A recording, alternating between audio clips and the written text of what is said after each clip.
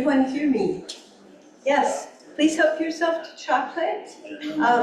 Welcome to this session.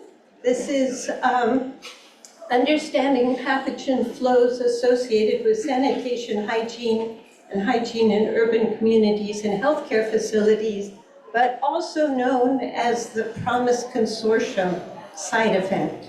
And my name is Christine Moe. I'm at Emory University, and I'm very happy to welcome you to this side event. And we have multiple people involved in this session, and you will get to meet them as it goes along. Could we have the first slide? Do I do it here? Yes. Okay. And please bear with us.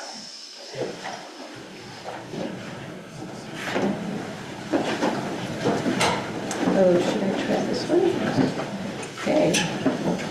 Okay, because we have, this is a consortium with people all over the world, and so we have some participants joining us remotely as well as participants in the room. So cross your fingers that we will not have too many technical glitches this afternoon. So this is we call ourselves the PROMISE Consortium, and that is an acronym, believe it or not, for promoting evidence-based investments in sanitation and hygiene for equity and health and equity, sorry. So, and that in that name, it really explains our goals of bringing evidence to decision-making about WASH policy, WASH investments. And I want to introduce you to the different members of the PROMISE Consortium. So we are WASH scientists, WASH government authorities, and WASH practitioners in 6 African countries. So in East Africa, we have Uganda, Kenya, Tanzania, and Zambia. And you will see their logos here. In West Africa, we have Ghana and Senegal. And then, to keep things interesting and bring very important expertise to the consortium, we have Bangladesh, we have icddr and ITN in Bangladesh. And we have 2 US partners, the Center for Global Safe WASH at Emory University and the Water Institute here at UNC Chapel Hill. Our goal is to do team science, and we're promoting capacity development, we're promoting communication and stakeholder engagement, dissemination of results, and finally, we're also doing research to provide much needed data for decision making. And we're very grateful to our sponsors, the Reckitt Global Hygiene Institute and the Bill and Melinda Gates Foundation that have made this consortium possible. So with that, I am going to turn it over to Lauren. And Lauren, I want you to come up and introduce yourself because we're going to start with some audience participation. Oh, wait, sorry, I have one more slide. What's going to happen this afternoon? First of all, we're going to ask you, the audience, what do you think are the evidence needs for WASH decision-making? We talk a lot about evidence-informed or evidence-based WASH decision-making, but what do you think is needed for that? Then we're going to hear from our stakeholders, because our consortium is committed to engaging with stakeholders from the beginning all the way through data collection, how that data is interpreted, how that data can be used and inform policy and implementation and practice. So we have voices from the stakeholders. We're going to introduce you to the PROMISE Consortium. We're going to introduce you to 3 tools that the consortium uses for data collection to support decision-making. And then we're going to have a panel discussion with PROMISE Consortium partners and stakeholders and you, the audience. So it's going to be an exciting afternoon. And now I will turn it over to Laura. Thank you.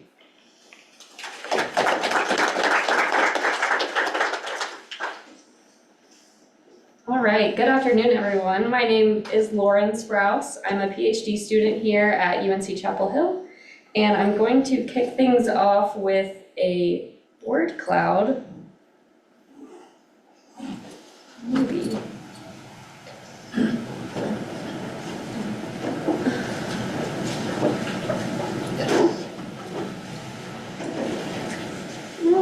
Or maybe not.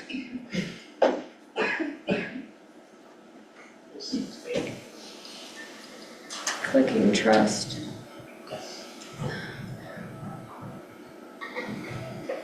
Do you have tech support in here now? Yeah, just try that.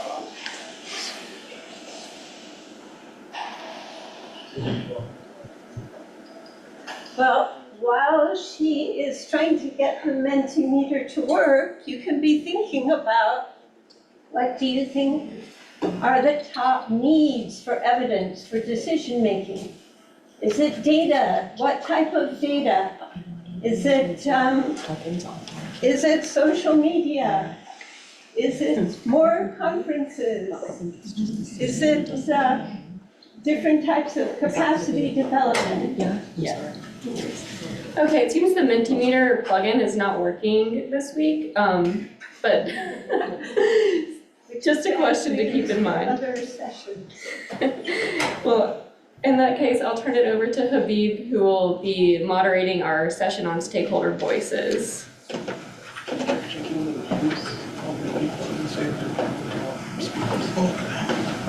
Do you want to just ask the audience to speak out for a few minutes on what they think? Sure, or I invite you all to actively participate if you have any ideas about some of the top evidence needs. Just raise your hand and we'll get a discussion going.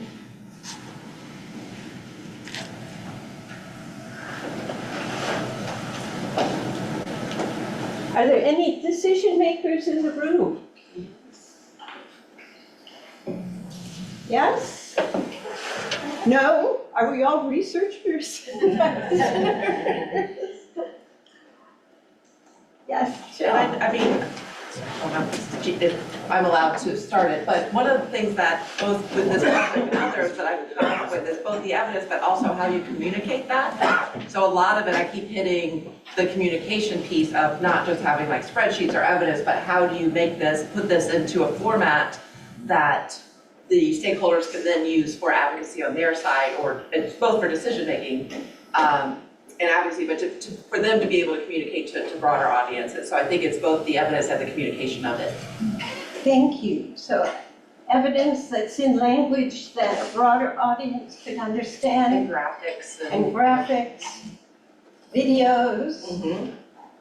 Other opinions? Yes, Alicia. I think it's maybe related to the issues with generalizability. We have some studies saying one thing, others saying another, and even researchers don't always know why the differences are there. And so that makes it really confusing for the policymaker to decide what to do. Yeah, how do you explain uncertainty or contradictory evidence? It's a good point. Yes.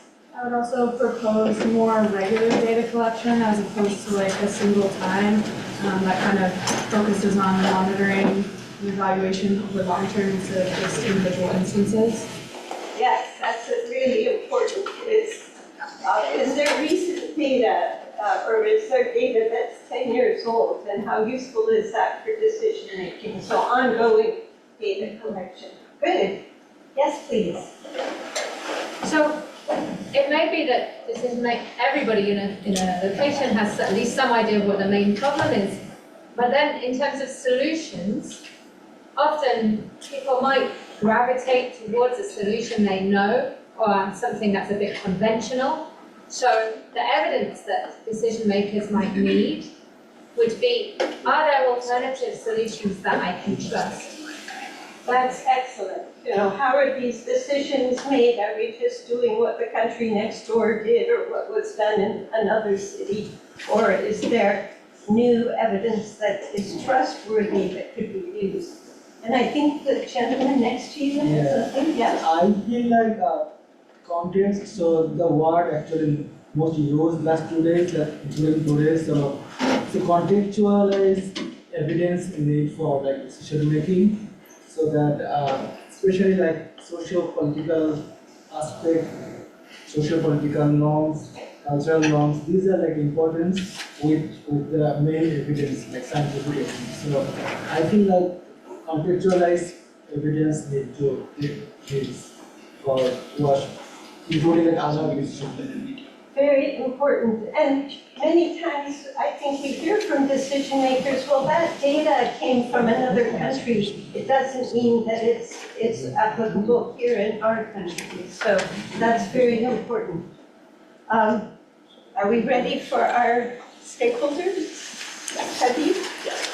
Yes. Yes?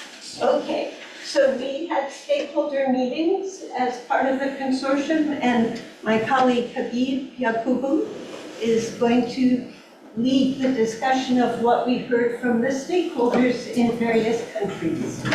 And you will see that it sort of coalesced around several themes, some of which has been mentioned here already. Thank you, Christine. So we'll have presenters from Kenya. We have Professor Tanver from Bangladesh, and we have Trina here from the Ministry of Water to talk about the role of stakeholders in decision making. And I'll start with Sheila. Sheila, please go ahead if you're online. Her affiliations. Oh, yes, yes. I'm sure she'll talk about. Sheila, please, can you introduce yourself and then please talk about how do stakeholders make decisions? All right. Can you hear me? Yes, please. Okay.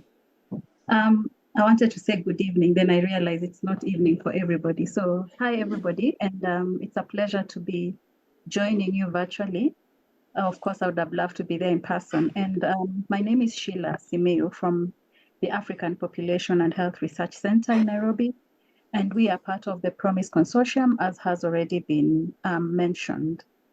And so having said that, I think I'll go straight into the discussion in terms of giving voices of how stakeholders make decisions. And I'll handle this by almost like giving it like a story and suggesting that in order for us to understand how how stakeholders make decisions, we had to really involve the stakeholders themselves so that we hear their voices. So if we move to the next slide, what we did is that, the next slide, please. What we did is that we had a stakeholder engagement meeting. And of course, prior to this, we needed to have identified the stakeholders. And because at our organization, we work with various stakeholders in different sectors, we had an idea of where the stakeholders were, especially those involved in sanitation. And so we pulled together a couple of stakeholders and invited them to a roundtable meeting to really understand how decisions are made.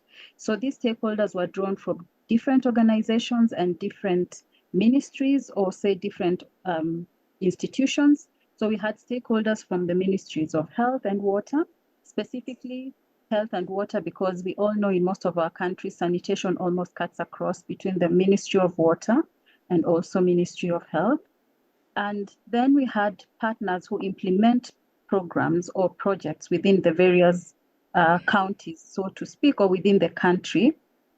So we had partners who implement projects within the urban areas as well as the rural areas.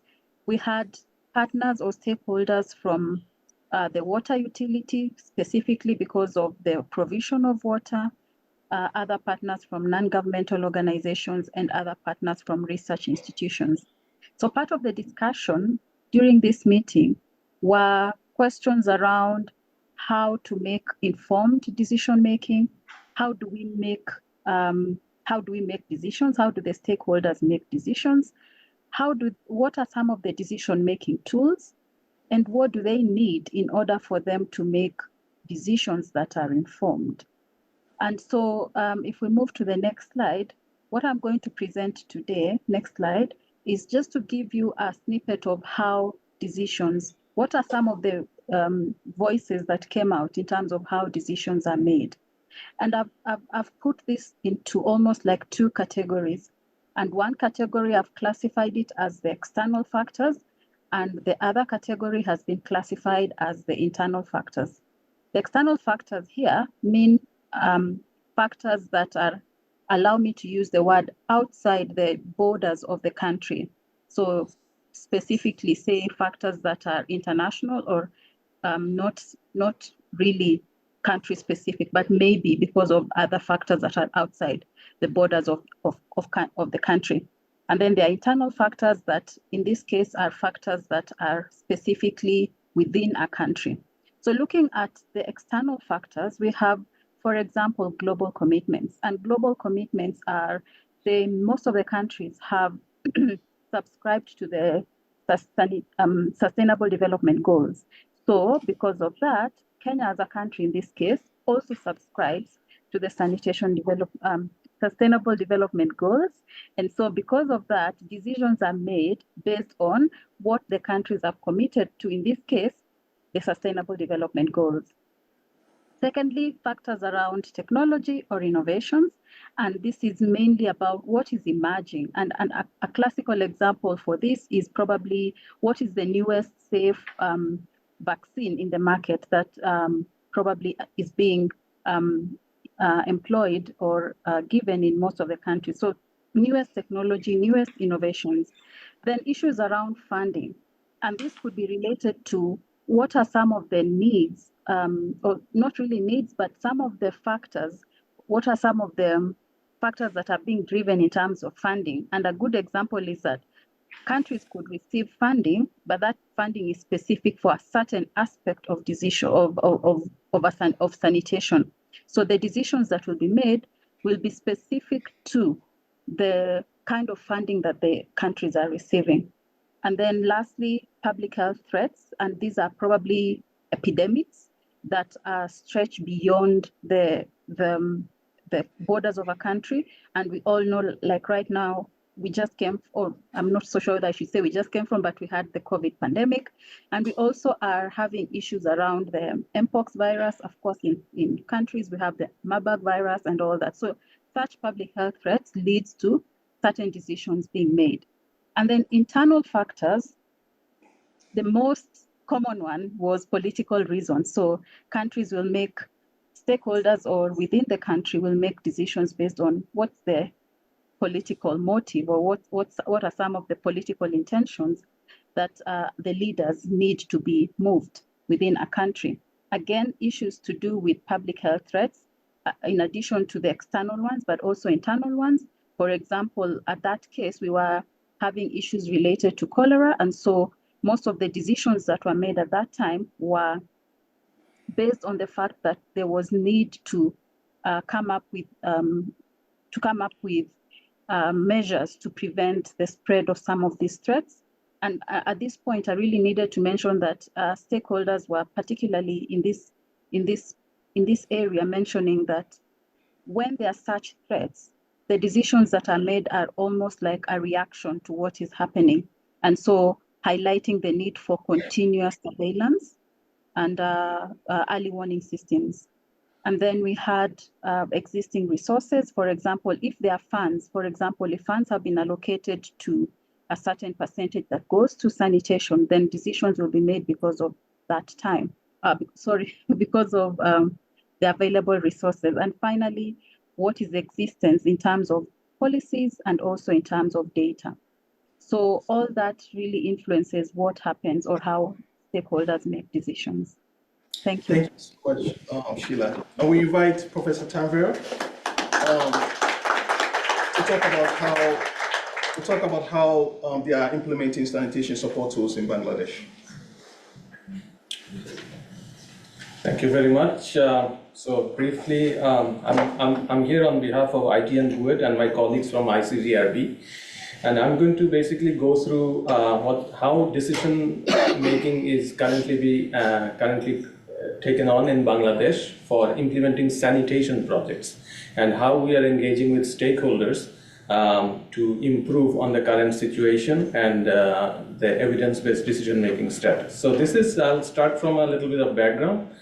This is the safely managed sanitation status in Bangladesh. We have like 30 to 31% around safely managed sanitation, and we definitely have a long way to go. And Bangladesh, according to the GLASS report, Bangladesh is placed in a group of countries which requires quick acceleration to achieve SDG 6.2. In order to achieve SDG 6.2, an acceleration framework has been proposed. This is kind of many of you know about this, that we have to work on these 5 pillars to accelerate for SDG 6. And one of the important pillars is data and information. That means we have to undertake data-driven decision-making and progress tracking, and for better monitoring and accountability. So our consortium's activities mostly kind of hover around this area. So we are, now I'm going to go through how Bangladesh is taking on this role. If we look at how, what sort of tools are used in Bangladesh for sanitation decision-making, we use 3 tools currently. One is called the National Sanitation Dashboard. It kind of compiles all the solid waste or fecal waste management status, from a municipal point of view. So each municipality has this information stored in the dashboard. We are also used for investment projects. We use the sheet flow diagram, which you probably know. And in Bangladesh, I think it's one of the countries which has the largest number of sheet flow diagrams published in the world. I think around 300 plus sheet flow diagrams all over the world. Bangladesh has published almost 77 of them. And these sheet flow diagrams basically give you an idea how, for each of the municipalities, what percentage is safely managed sanitation.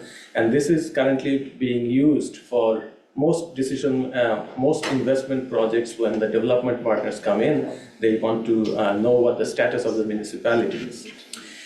We have also piloted the sanitation safety planning tool. It's recommended by the World Health Organization, and we used it for a municipality and to promote safety. The Sanipath exposure tool, which we're going to talk more about later on, that has also been piloted in Dhaka City, Dhaka North and South City corporations, and this has been piloted by Emory University with icddr, and we have some information based on that. Now, with all these tools, we actually sat with the stakeholders at a national level. So, like, we applied all of these, some piloted, some at the national dashboard level. So, what to do with these tools? Which ones we can use, which one complement the other. So, discussions were made, and we invited the Department of Public Health Engineering along with the academia, us and the development partners were there, implementing agencies, NGOs, INGOs, as well as the health ministry, city officials, everybody. So, and broadly, 4 broad issues came forward, which I'm just going to show you, and then kind of we'll close this discussion on Bangladesh. One of this is the adaptation of sanitation tools, which also came up with the discussion that we have to make it context specific. And whatever tools we have, that has to be customized, contextualized to, so it has to be a fit purpose, socioeconomic aspects should be considered as well as environmental. We need to, we need to apply the tools in such a way that each tool complements each other. So each tool cannot be seen as something doing separate, some information separately. One tool must complement each other, so, and there is no kind of doing something in duplicate. And one thing that is also absent in the current context, we are using the tools to make investment decisions. But what is the impact after the investment? There is no such tool yet in Bangladesh, which is applied to know that what sort of public health improvement have we achieved by application through this investment. So this is a gap which the stakeholders identified. So whatever tool we use, that has to be adapted at the national level. So, so we need more workshops, we need to involve more local authorities and sensitize them about these tools. Some trainings have to be done if we are to do the surveys and everything that needs large-scale training, so that has been highlighted. There is huge a requirement for capacity building and training. I think since the municipalities will be the main users of this tool, they should be brought into this tool development as early as possible. Otherwise, we technical people, we apply the tool, then it goes away. It's not institutionalized, and we have seen this before happening more than often. And for this, we need also specialized expertise, people who can design questionnaires, deploy survey tools, collect samples, and they need formal training, on-the-job training, demonstration. We might need laboratory facilities, for example, in Sanitation, and that is also a problem, something that is lacking in Bangladesh. And finally, the sustainability of the tools. That means it cannot be a one-off thing. It has to be done on a periodic basis, has to be done in an interval in which we can really measure the improvement or improvement of public health and other parameters. And if that can only happen if the tool is integrated into the national system. I mean, whatever monitoring system is there, it has to be integrated with that system, and resources has to be allocated from the central level so that the tool operation and the tool application goes on even after the piloting and whatever. So these issues came forward, and I believe you will provide some also additional context here as well. So that's all from me. We'll hear from you more. Thank you very much.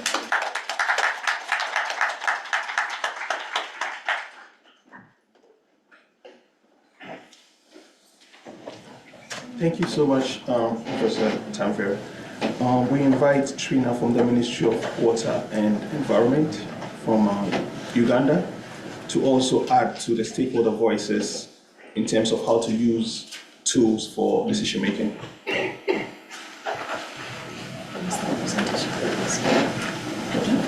Yes. Yeah.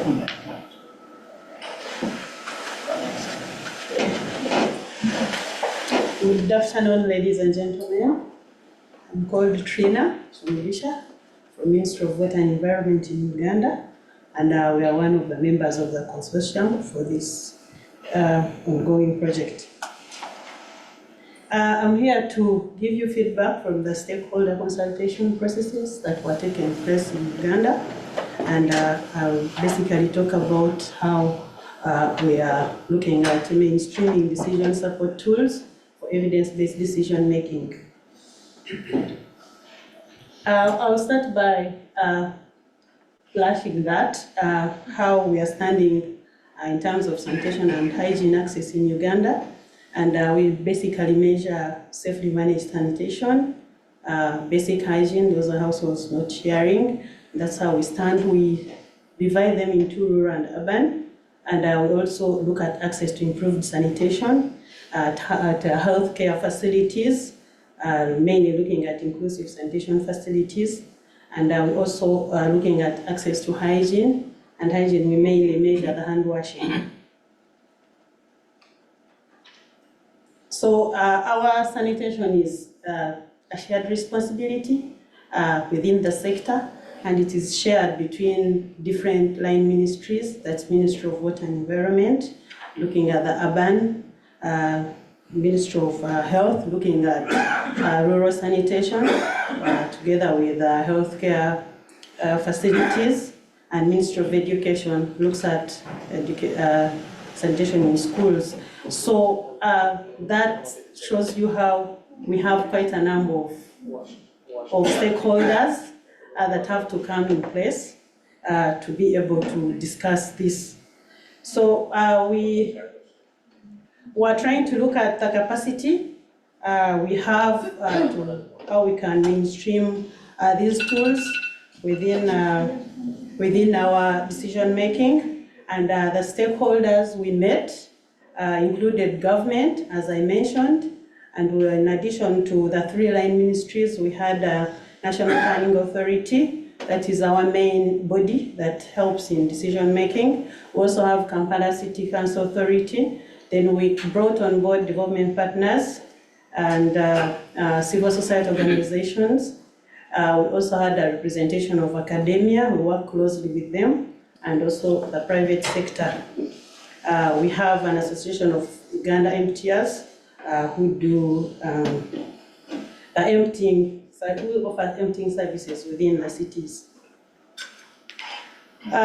We engaged with the stakeholders, and we try to get what could be the challenges in terms of capacity to do the tools, to mainstream these tools within decision making. And these are some of the challenges that came out of the consultation processes. Inadequate personnel who are able to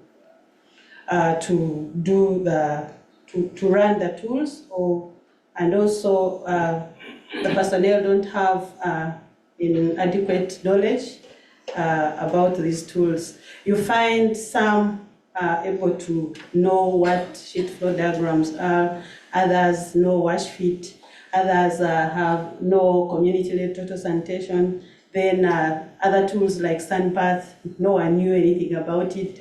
So, and we did the voting within the room, and all these were ranked accordingly. Sheet flow diagram is the most common, and it ranked highest, with about 78% of the people in the room were aware of what it is.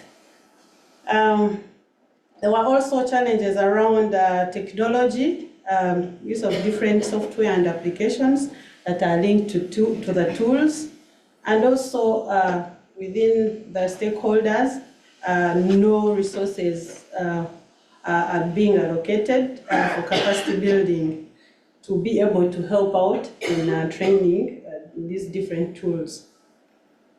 So this also brought us now to see what exactly can we do around the capacity needs, and stakeholders went ahead to identify the capacity needs that could be applied to resolve some of these challenges and be able to improve the uptake of these tools within decision making. One is capacity building. The capacity to build the capacity and provide laboratory equipment and training of experts or personnel on experiments that are required for application of these tools. Also, we need from the stakeholders, it was identified that we need to expose the respective staff or experts to the training materials and support the training initiatives for the different tools. And also, we also saw there is a need for training of the data collection, and looking at lab analysis to support the calibration of the tools that will be used for decision making.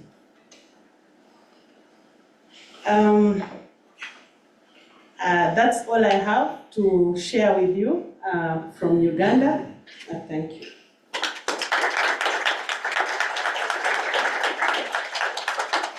Thank you so much, Trina. So you've been listening to, from different countries, what stakeholders, their concerns about using these tools. Now we want to talk about, Professor Usman is going to talk about why the consortium is valuable. So Professor Usman, if you are on, please go ahead.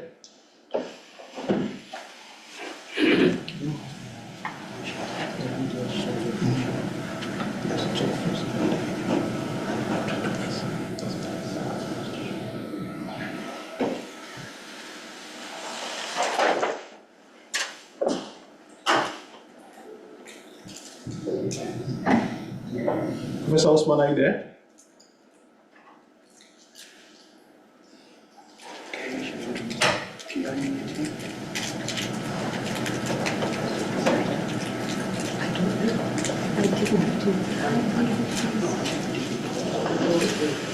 Did you come out?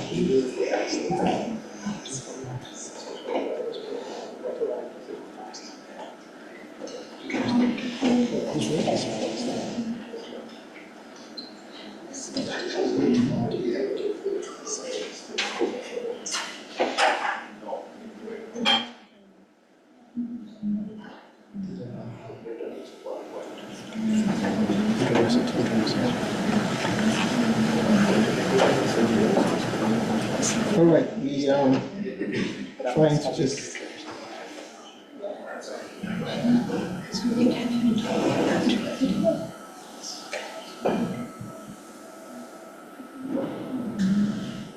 So, as most of you have been working in developing countries, you know how internet challenges are. So we are trying to navigate that. So he was on, he dropped off, and he's back on. So we'll see what. Professor Osman, can you hear us?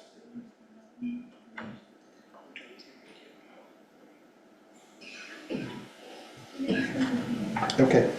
It seems he's having issues.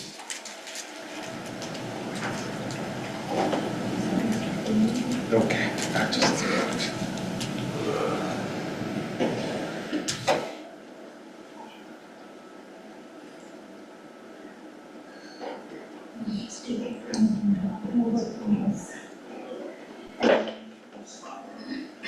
Hello? Okay, finally. Oh. Please go ahead.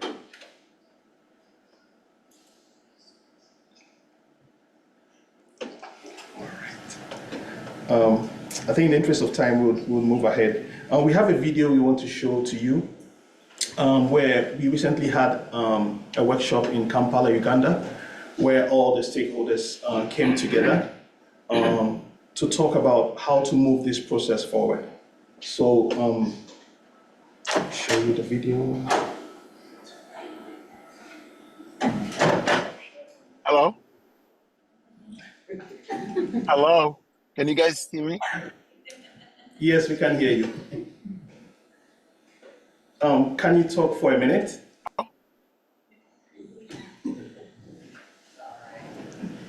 Okay, it looks like you are having issues with your internet. So, in the interest of time, Hello? we want to. Can you hear me? Yes, we can hear you. All right, okay. Can you talk for a minute? Yes, have you? Yes, please go ahead, and we want you to talk about the value of the consortium.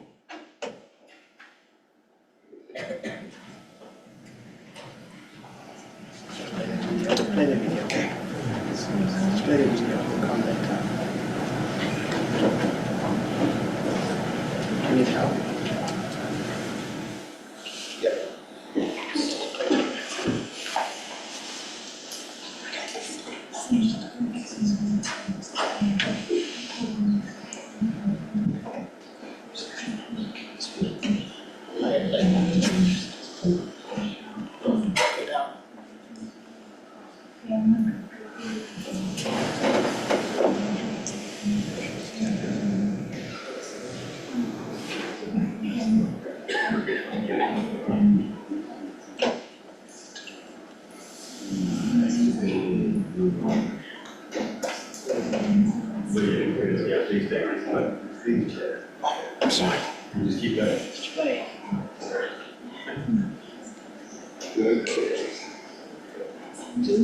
We're having some technical challenges.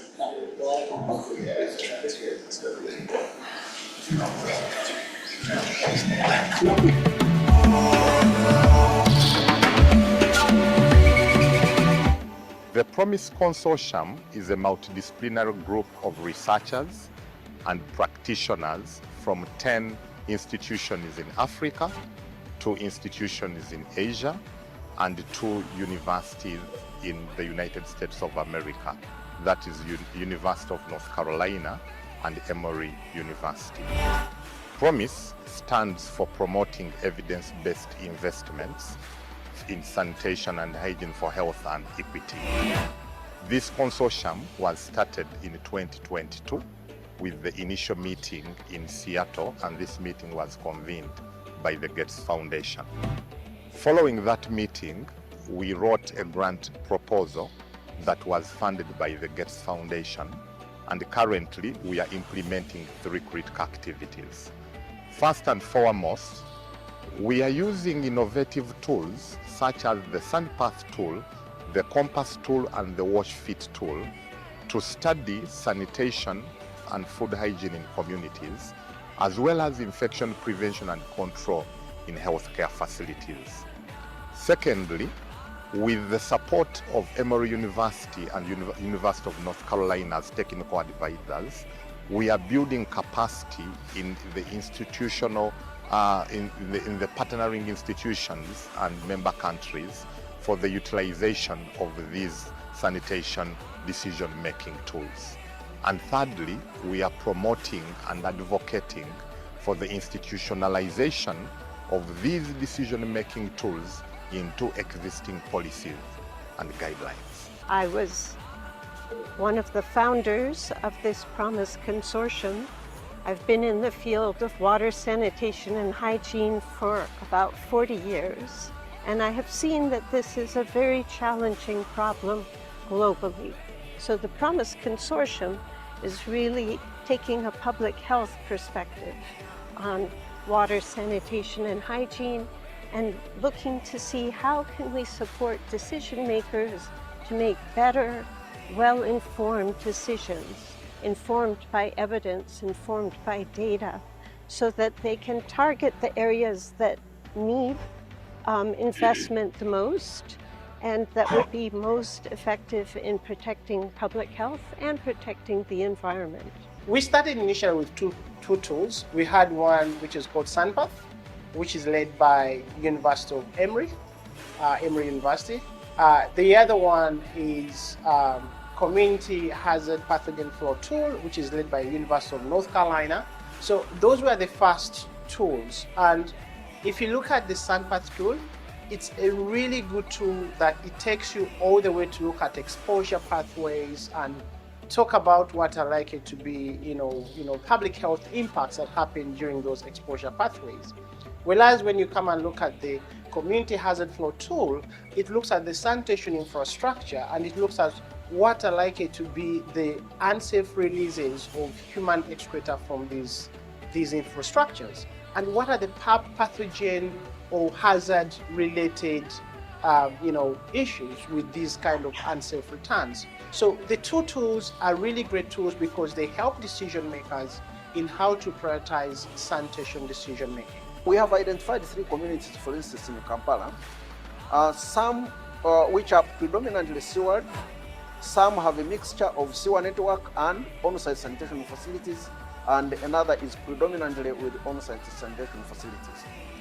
In these communities, we identify the hazards where there is a possibility for pathogen release into the environment. And as I said, it could be as a result of an improperly built containment, for instance, a pit or septic tank. It could be a sewer that is leaking, which means that there were probably not sufficient operation and maintenance in place to make sure that it is tight and not leaking and releasing sewage in the environment. So we go on to these communities and we undertake transit walks, walking in these communities, try to identify whether potential hazards can be found. So if we share together our work between like Asian country and African country, that will also help this Promise Consortium to bring more like strengthen, and we can actually work further to actually improve the situation. As a university, we do not have everything that is required. So through this consortium, we'll be able to get exposed to other things beyond what we already know. I strongly believe that the tools developed and the evidence they'll generate will be very important and pertinent if we make them possible to be understood by the layman. I think they can actually really help in transforming our healthcare facilities. Well, what we found out is that women are very active in these communities.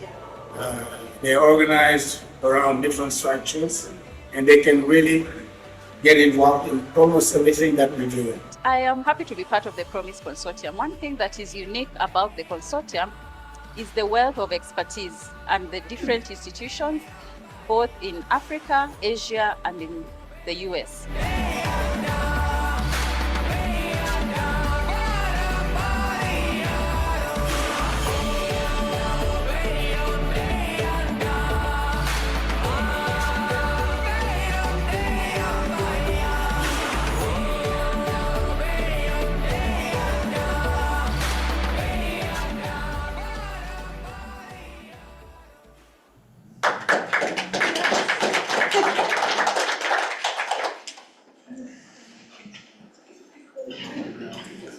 So just trying to for you to hear some of the voices involved in this consortium. I think we had a lot from different stakeholders, academics, practitioners, policymakers. Now we move to talking about the tools. These tools have been used in different countries. And we want the country partners to talk about how they've used these tools to support decision making, or how they are planning to use these tools to support decision making.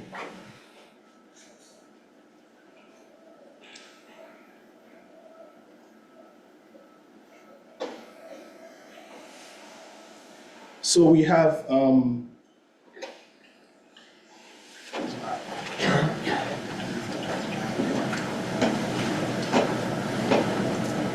think we'll start with the Ghana team.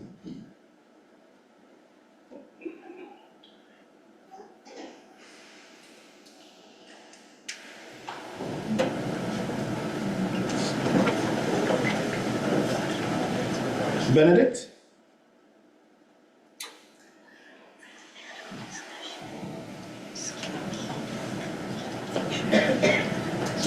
Benedict, can you hear me?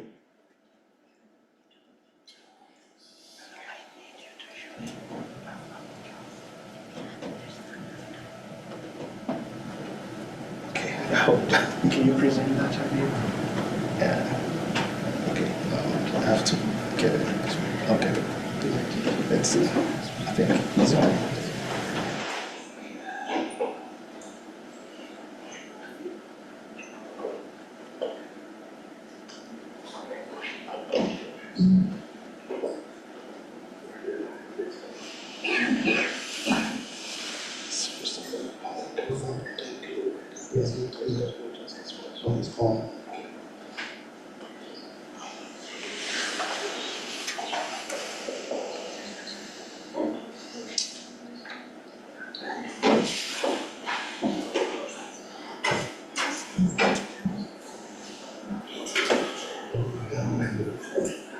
Apologies for that.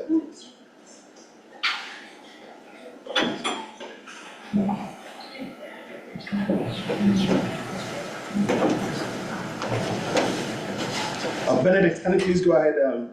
Okay. Thank you very much, Habib. So I'm talking about the Sanipa tool, sharing with you how it was developed and how we have used it. Basically, the Sanipa tool was developed from a funding that Bill and Melinda Gates gave, and the tool was piloted in 2013. Prior to that, we started the development in 2011 in Ghana, and since then we have used it in several countries. Next slide.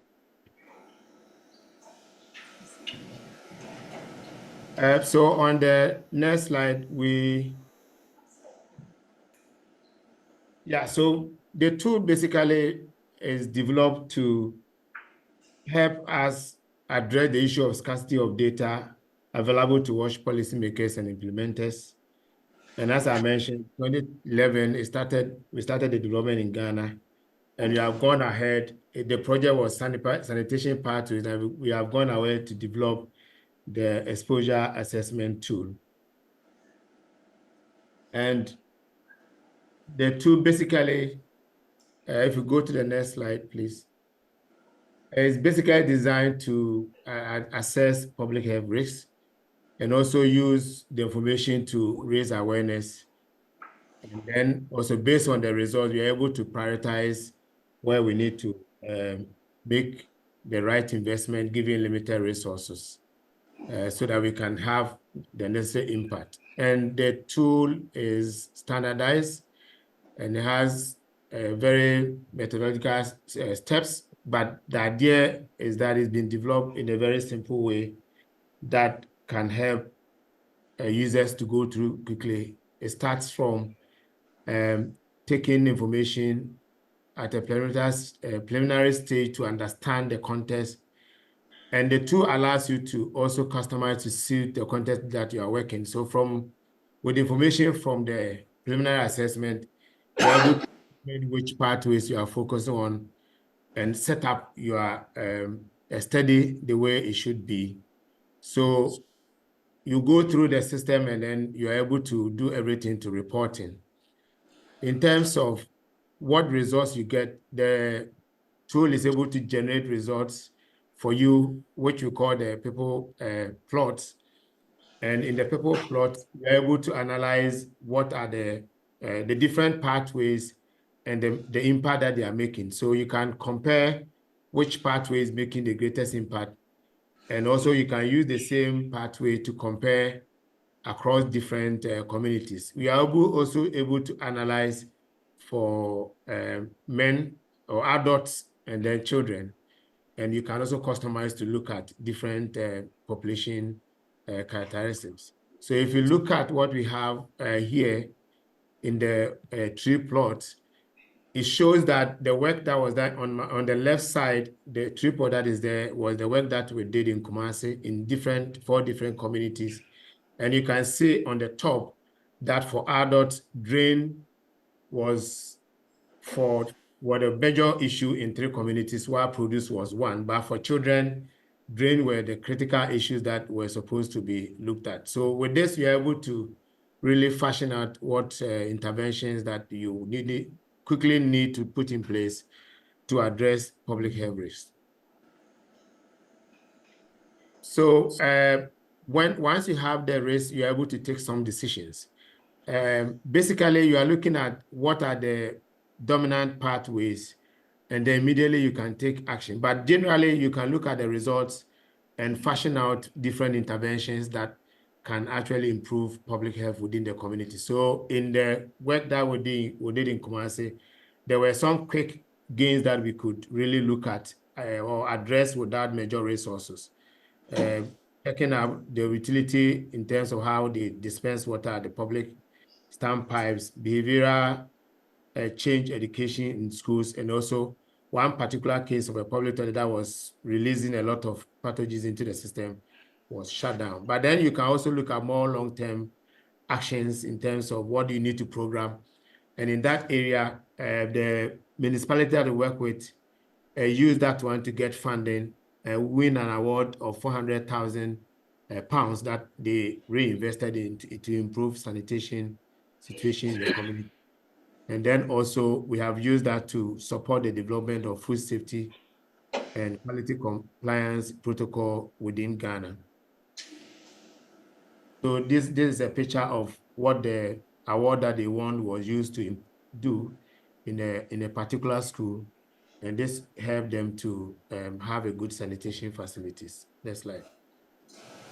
And then also this is the back cover of the National Food Safety Policy, which the results of had made great inputs. And the left side is a picture showing the award and then how it was publicized in a Daily Graphic, a newspaper in Ghana. Next slide.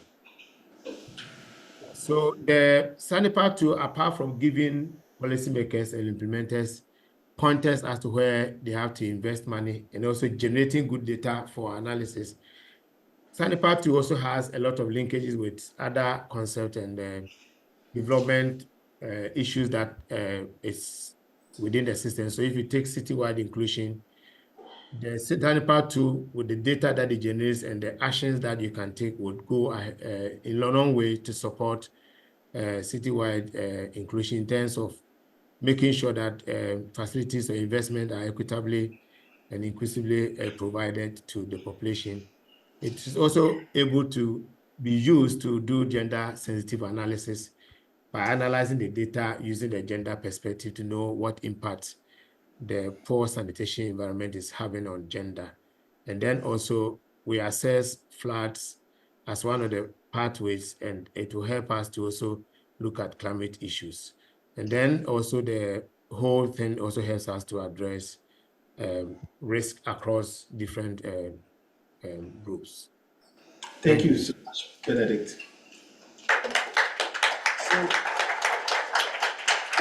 we move to Uganda, and I'll like my colleagues to please cut down time, interest time. So we have a session where the audience can also talk about what we are discussing. So, Dr. Mugambe, if you could please go ahead. Thank you so much, Habib. I'm Richard Mugambe from Makerere University School of Public Health, and I'll speak about the Wash Fit tool. Water, sanitation, and hygiene improvements in healthcare facilities provide multiple benefits, which can be categorized broadly in terms of protection of the healthcare workers, protection of patients, and protection to the communities around the healthcare facilities. Now, for us to achieve these kinds of benefits, we need to look at a number of interventions and tools.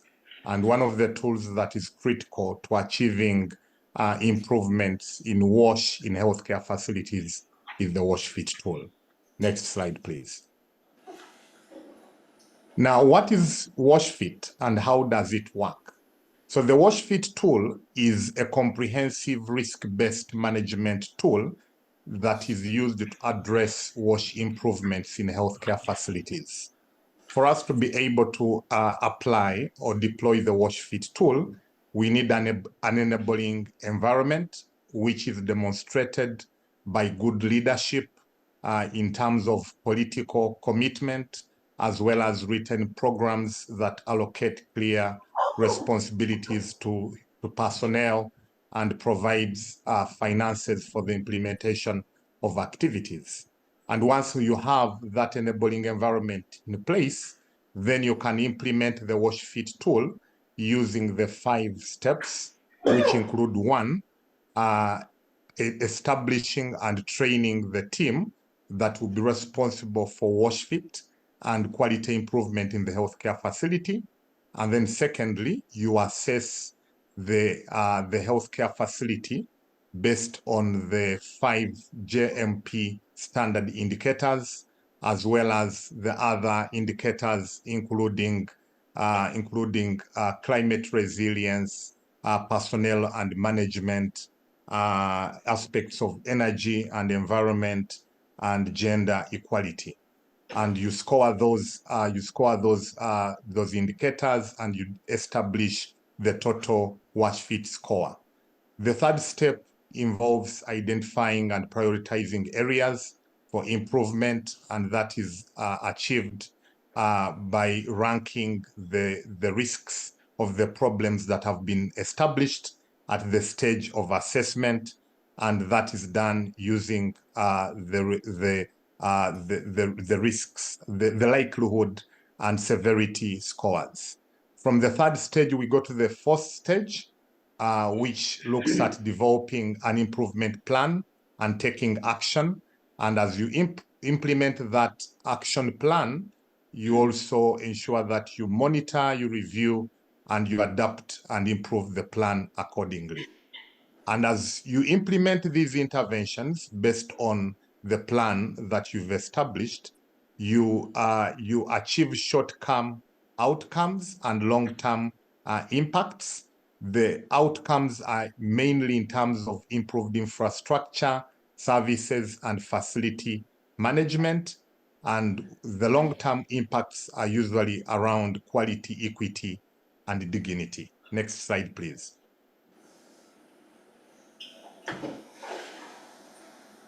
Next slide, please.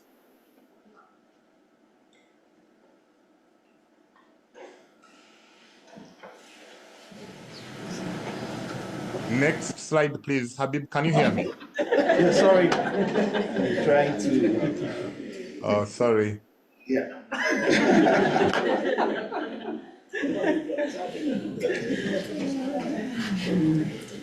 The pointer stopped working. Click on. Oh, sorry. Click on the slide. Yeah, I'm doing this. Okay. Let's see. Yeah. Keep the slide. Let's look.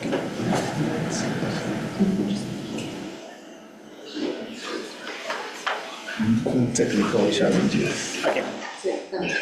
So click on this. Just click on that.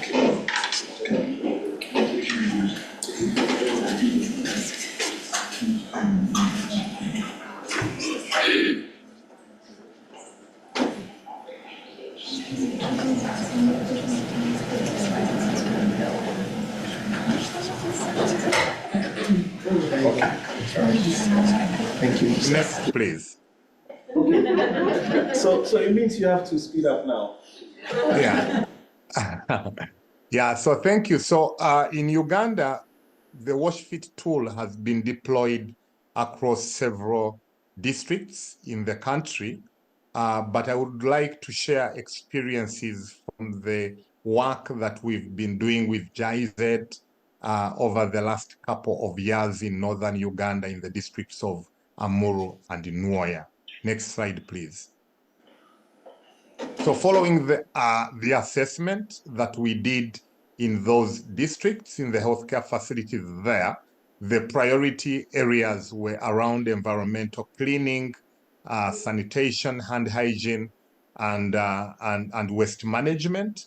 And we were able to work with stakeholders to forge a way and establish mechanisms of making improvements in these priority areas, and the interventions were mainly around health education, provision of supplies, and improvement of infrastructure. So the slides that follow here, Habib, if you can show the slides, are basically focusing on some of the materials that were used during the health education interventions that were promoted in the healthcare facilities to address issues of hand hygiene, environmental cleaning, sanitation, and waste management. Thank you.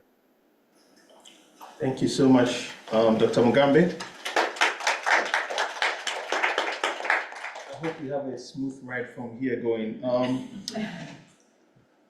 So we have now the team from Uganda and Zambia who are going to talk about the community pathogens hazards associated with sanitation systems, COMPAS. So I think please go ahead, Swipe, Dr. Swipe and Edgar. Good evening, good afternoon. So I'm going to present on behalf of Dr. Swipe, the Zambian team and Ugandan team. I'm going to talk about the COMPAS 2. I know some of you might be wondering what COMPAS 2 is. This is the community pathogen hazard associated with sanitation system. So when you look at what the JMP brings out in terms of safely managed sanitation, we have a number of issues which are not really well defined. For instance, when you talk about safely managed, what do we mean? How is it measured? We don't fully understand how to describe and report the safely managed services. And when you look at the approaches, I think we've heard from the different presentations that most people know about the sheet flow diagrams, but there's need to ensure that we have tools that prioritize sanitation investment from the public health point of view. Next slide. When you look at the tools, what tools are we talking about? We're talking about tools which will help us look at the reduction of pathogens, because pathogen reduction seems to be a logical and useful performance indicator for sanitation technologies. However, there is relatively very low in terms of public health hazard generated by different sanitation technologies, which is well understood, because there is usually poor understanding of these hazards. So the COMPAS 2, which is the community pathogen hazard for sanitation systems, was developed to fill this gap. The preliminary results from a pilot which was undertaken in India show that the front end of the sanitation chain, which is the containment, is the most important area for reduction of pathogen hazards. We all know that sanitation is local, and there's need to ensure that pilots in a variety of communities to adapt to the local context, generate more evidence to ensure robustness. No wonder now we're looking at the COMPAS 2 being piloted in Zambia and Uganda, so that we could look at how we could create more evidence. What are the objectives? These are to ensure that we assess the safe containment of waste in order to prioritize sanitation intervention. As we all know that we need to ensure that the prioritization is in the limited resources which we have for the different interventions. The next slide. What you are seeing there is not a sheet flow diagram, but that is the end side of the campus too.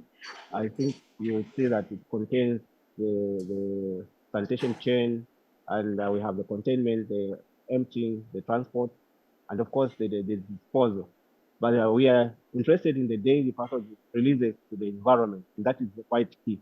And like I said earlier, that the containment is where we are concerned with in terms of the evidence from India. Next slide. So what method do we take to ensure that we generate the much needed data? So with the pathogen, community pathogen hazard system, we're looking at community transit walks. We do what we call key informant interviews with the different people within the community. And we have sanitation service providers and MPIs, including utility operators.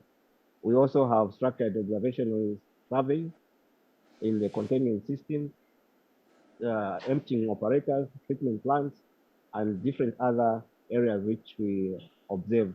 Then there are also sanitation user surveys, interviews conducted with the community members who are using these particular containments. And then we also have environmental samples, which are collected from wastewater, fecal sludge from containment and sewers, open detention sites, and of course, open drains. So these are then collected to be analyzed at the lab.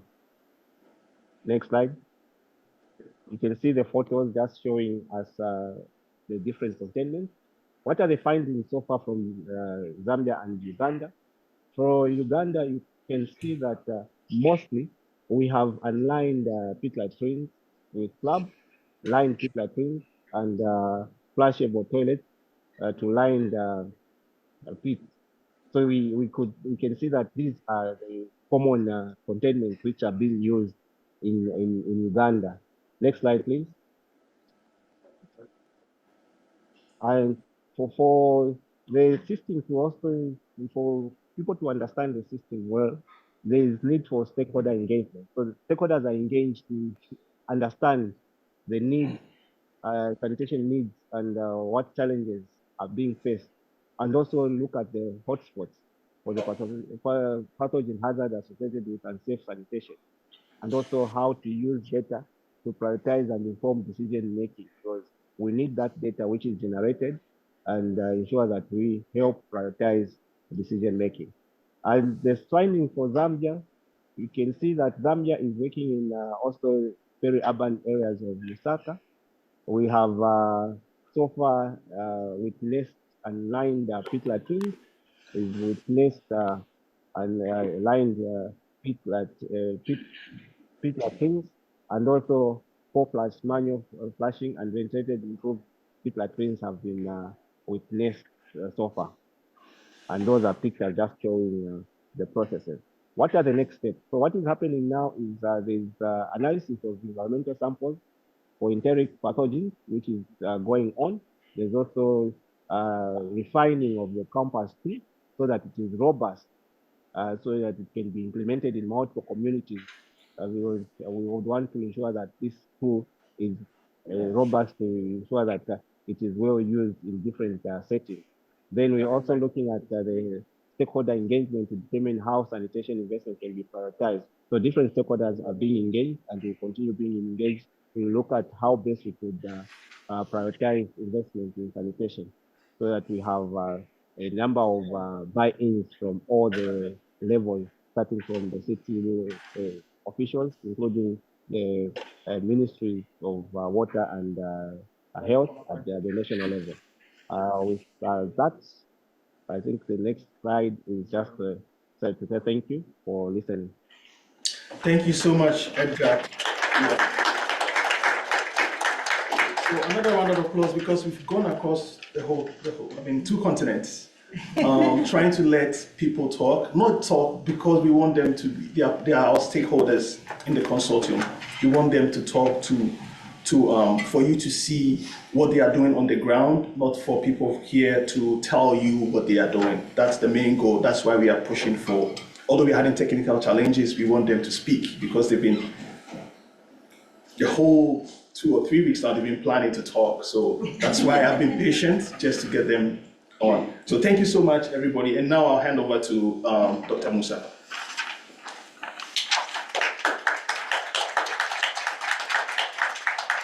Thank you so much, Habib, and thank you so much, Christian and the whole team. As Habib mentioned, it's been quite challenging to have this running.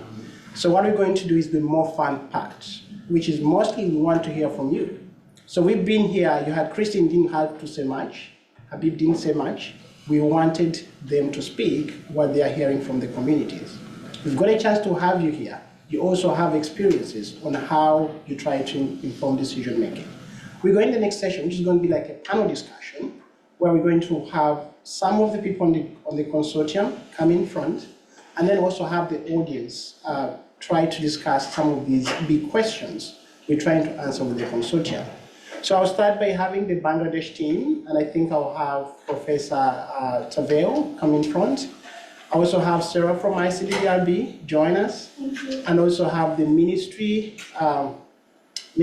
of Water and Environment from Uganda. I'd also want to have Christine, just as a backup. So let me have Christine as a backup. So what we really want to understand, it's all about how are decisions made. How do we make decisions with evidence? Where do we get this evidence? Because the issue we have right now is we still have a sanitation problem, a hygiene problem, because we do not know how decisions are made. What data are they using? And I know all of you are working on this problem. So we want to understand and get to know from people working in the field, from the ministries, from the practice, and also you to share with us some of the information. So as I start, I'll probably start with a quick question, which I think I'm going to need to hear from the audience, but also going to need to hear from the ministers, the people working in the ministries, telling us how are they doing this? So one of the questions I have is, how are sanitation and hygiene decisions made? Have anyone sat down and thought about that? How do you think the sanitation and hygiene decision made in the low and middle income countries, even the high income countries like US? Because we've got communities in the US who are actually having the same problems. So I'll start with the ministry. Could you just use 1 minute to tell us, how are you making these decisions in Uganda?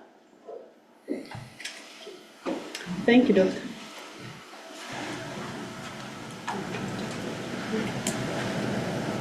Thank you, Dr. Musa. Yes. Yeah, thank you. I'll talk from the perspective of government, and we definitely use available information. Available information in a sense that we look at the studies that have been done and the situation on the ground and see how we can improve that situation. And this is mainly through like trends, if it's sanitation coverage, that is gotten from like baselines that have been developed at the national level, information from local government, then we see how we can improve that coverage. Secondly, we also use the national priorities, like the national plans that the country is put in place.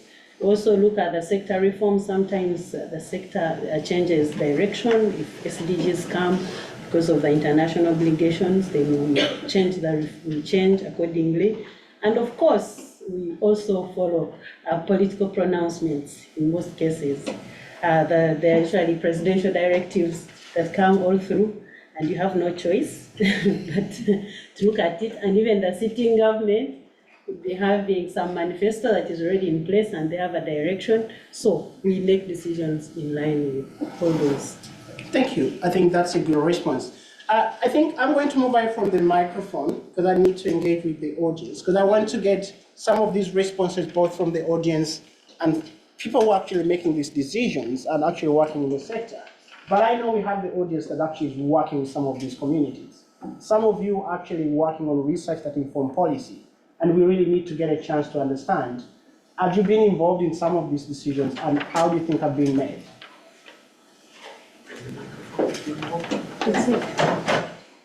So, yes, please. I don't know, I'm just thinking a little bit about the hurricanes that recently happened and like Western North Carolina, you know, water and wastewater facilities didn't, like, you know, were severely impacted by these storms. And so there's going to be investments in infrastructure. And I think there's a lot of questions on, a lot of questions on how, if we're going to make some investments, how could we do things better? And how could we think about our sanitation investments in the context of resiliency and also in protection of, of people and the environment and these sorts of things. And so I guess I'm curious, like the panel's thoughts around kind of making decisions whenever you're having these kind of extreme disaster scenarios where infrastructure is destroyed and investments are going to be made. I don't know. Sorry, that's just what's on my mind right now. I think that's a good response, and I think I'm glad that you actually put in that question to the panel, because we have a big kind of issue and we have to think about how do we address this. So from the panel, could kindly someone help us? Give a response to something of that, like how do you make such of these decisions? Can you reformat the question again? I think there was, like, how do we make decisions? Yeah, so when in an emergency situation, they gave a scenario that in the US we've just had the hurricanes. So in such situations, how do you make those decisions? Because they also want to learn from you how you do that. I don't know if I've phrased it the right way. Yeah, but just thinking about like these pathogen flows and like sanitation investments, and that sometimes funds are being mobilized in response to disasters. And so how can we use like information about like the status quo, but also about resiliency? I don't know. I don't really know what my question is. No, it's a great question, actually. It's but a yes, great question. these types of ideas. Yes. Okay, so let me try the best as I can. So emergency situation, disaster situation, these are different. This is not like, I mean, you plan for something. It's the decisions based on the interventions that are done based on disasters are usually, done on an ad hoc basis. Usually have funds allocated for that, reserved for this kind of situation where you have where you get water sanitation interventions, like what is going to happen if something like this, like a hurricane, destroys your sanitation system. There are specific protocols for this already established. We call it the standing order on disaster. So what would the public health engineers do? What would the disaster ministry do? These protocols are well set. So I think they try to apply those protocols for those systems. You can expect we have on Bangladesh is frequently hit by cyclones and that sort of things. You do it in an emergency basis, but also the Rohingya response crisis, the Rohingya crisis that we have, we also call it a disaster. So the response for that was there was some immediate response. But there is also some programmatic response as well, because they are here for a very long time. So the ministry, they got together and they evaluated a few things and they took specific projects for targeting them. Apart from these, we have Bangladesh, any investments in Bangladesh is not a programmatic, they do not apply a programmatic approach, they apply what is called a project-based approach. You think about a project on sanitation, a project on water supply, and a project on where you try to do those projects in specific geographic areas, having different kind of aspects. Now, which geographical areas would you choose for a typical project? We have some baseline information. For sanitation, you have the joint monitoring program data, you have the household Bangladesh Bureau of Statistics, which pinpoints which areas are kind of worse more than the others. You have maps on hard-to-reach areas, groundwater table fluctuations, or salinity data to know which areas are more vulnerable than others. Then you kind of group all of these data to, pinpoint the locations where you want the intervention. Then you do a feasibility study, and then step by step. That's how we do it. Thank you. I think that's a good response. And I'm trying to make sure, because we only have like 10 minutes and we really want to understand how decisions are made. So we get one question from the audience, and then we'll have a response from the panel. But we'll keep it very brief because we have key questions. We don't know what we're doing in this sector. A lot of things are going wrong, and we need to know how do we correct this. So one of the other questions I've been thinking about is, because everyone's talking about tools, but the question is, what tools are they using? And what data do they need to actually make the right decisions? So if you're making decisions, like the scenario they have given us that's happening in the hurricanes, what data are they using to make decisions, the quick responses? We need to get to think through this. And I think I will try to throw this question to Sarah, because she's been involved in several kind of work. Thank you. In 1 minute, just tell us, what kind of data do you actually use to make such decisions? I'm glad that you asked me this question, and I'm very happy to be here as a panelist. So these tools are already developed and tested. These are robust framework. However, the most valuable thing about these tools are these are flexible. You can be customized in any context, depend on their social, health, and economical perspective. So these are the best part of these tools. And also these tools is customized to the diverse settings.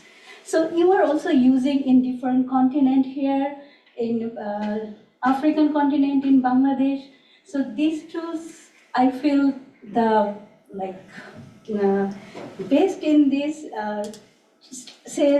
like a Sanipath. Sanipath is targeted for urban cities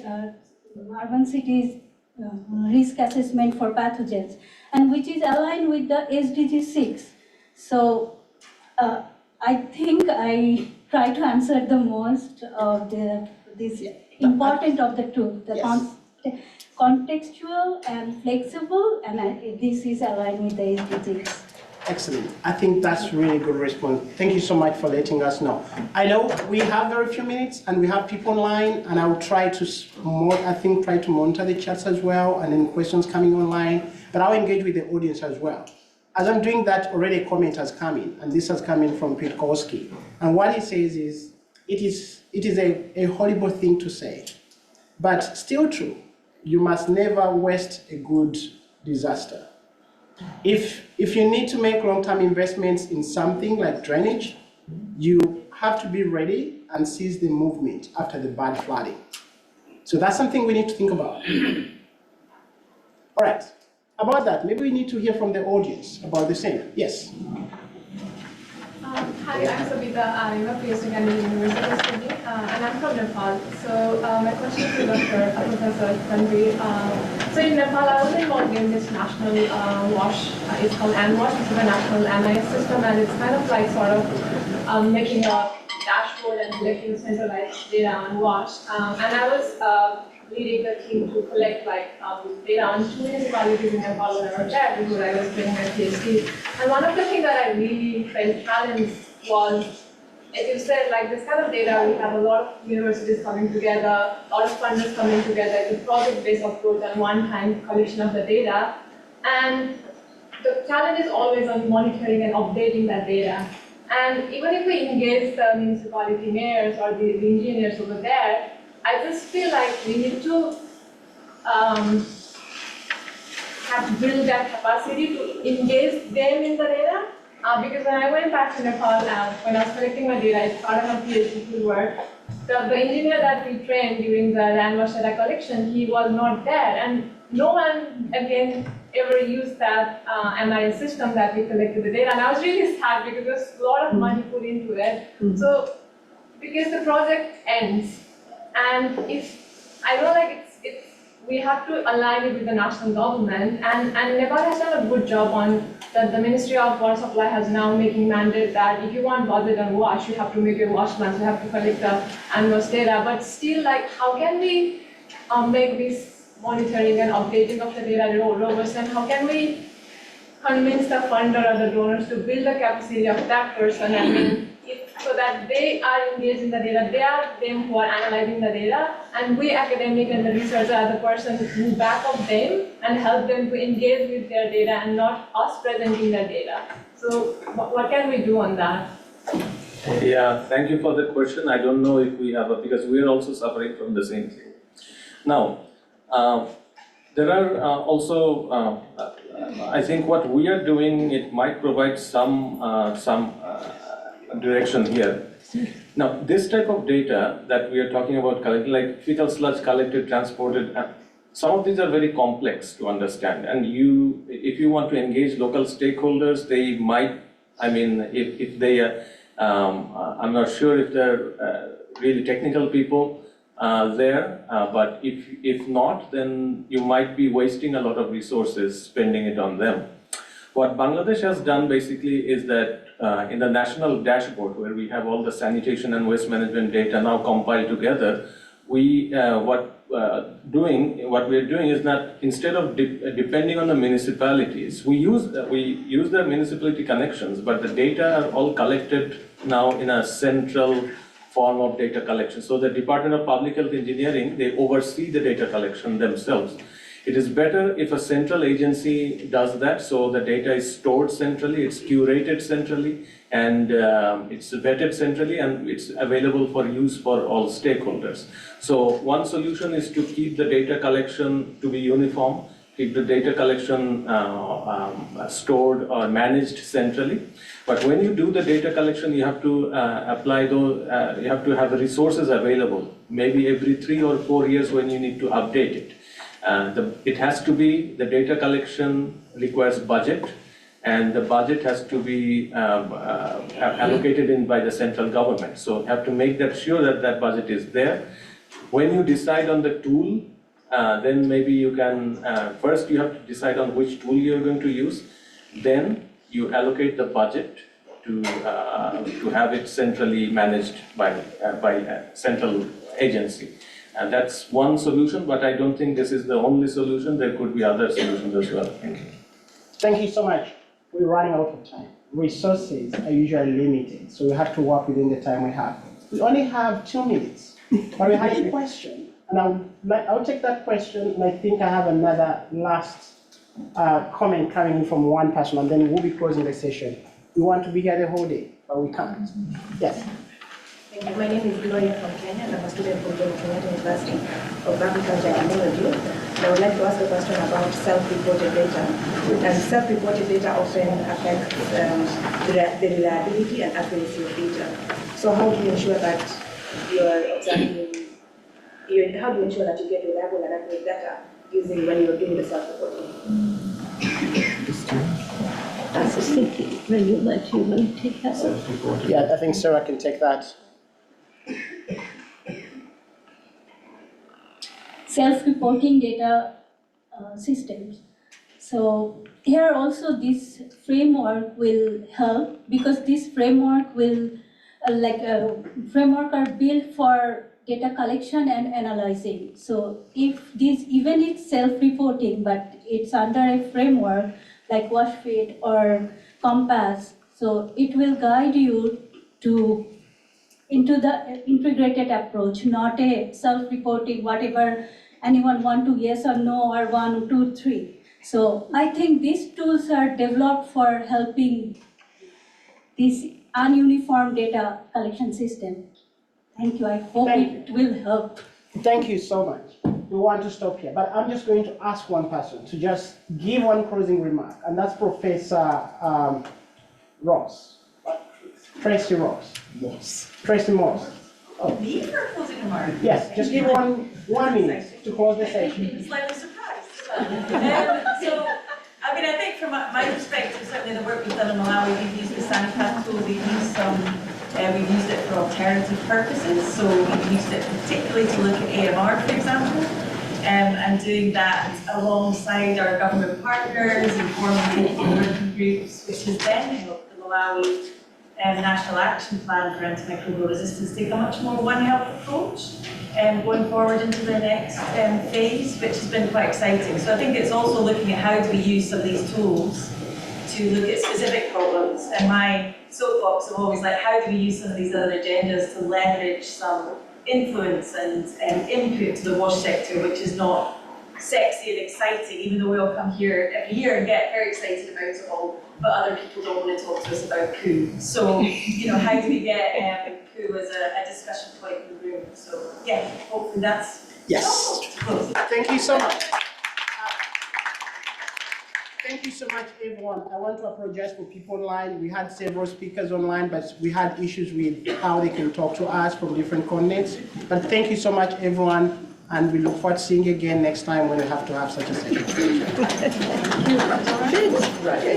Thank you, Gina, for stepping in. It was so important to have your participation. Thank you so much. Hope to see more of you.